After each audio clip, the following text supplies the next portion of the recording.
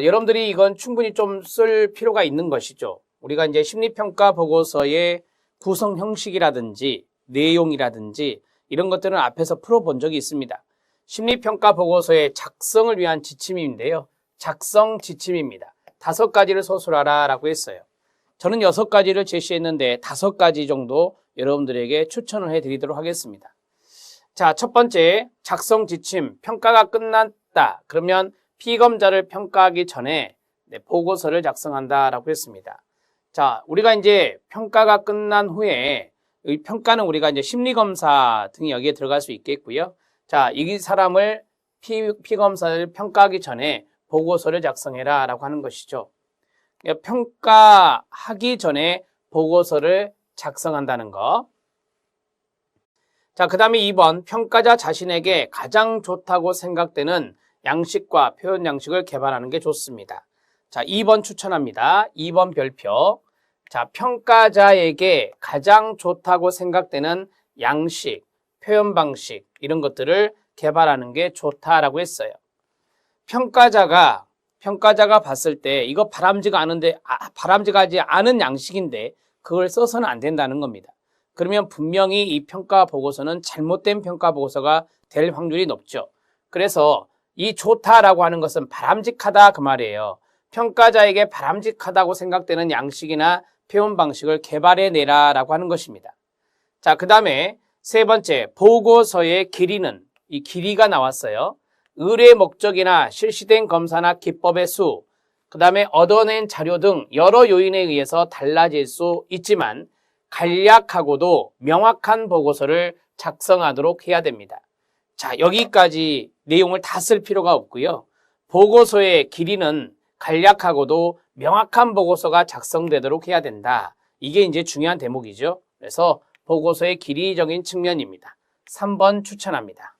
4번 들어갑니다. 보고서는 얻어진 결론이 있을 거 아니에요. 네. 자, 명료하게 그리고 직접적으로 쓰여져야 됩니다. 여기 4번도 추천합니다. 자, 여기 넘어가기 전에 2번은 뭐였죠? 평가자가 바람직하다고 생각되는 양식, 좋다고 생각하는 양식, 표현 방식을 개발해라. 그 다음에 3번째는 보고서의 길이는 간략하면서도 이 명확한 보고서가 작성되어야 할 것이다. 4번째 같은 경우는 얻어진 결론이 명확하고 명료하고 그 다음에 직접적으로 쓰여지는 것이 좋다. 이렇게 정리해 드렸습니다. 자, 5번째 들어갑니다. 보고서는 흥미가 있어야 된다라고 했습니다. 흥미의 동그라미요. 자, 극적으로 써야 되는 것은 아니지만 실제 평가 과정에서 나왔던 단어나 문구들을 신중히 선택하여 기술하는 것이 보고서를 예리하고 초점이 있는 것으로 만들어준다라고 했습니다. 자, 보고서에는 흥미가 있어야 된다라고 했는데 여기에서 보면 단어, 문구들을 신중히 선택해서 기술하라고 돼 있습니다. 이러한 것들이 이제 흥미거리다 이렇게 볼 수 있고요. 자, 보고서를 읽을 의뢰자가 어떤 유형의 사람인지 어떤 종류의 보고서를 원하는지를 정확하게 파악해서 거기에 맞는 보고서를 작성해 주어야 합니다. 보고서를 읽을 의뢰자에게 맞는 보고서를 읽을 의뢰자에게 맞는 보고서를 작성해라 라고 하는 것이죠.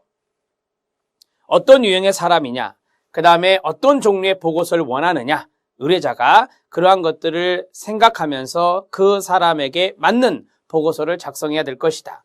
그래서 5번과 6번 체킹하시고요. 이 5가지를 쓰시는 게 좋겠습니다. 우리가 작성 지침이라고 그랬으니까 어떻게 써야 된다 그게 나올 필요가 있거든요. 그래서 내담자에게 평가를 하기 전에 작성해라, 그것은 작성을 해야 된다라고 하는 어떤 지침보다는 1번에 있었던 거예요.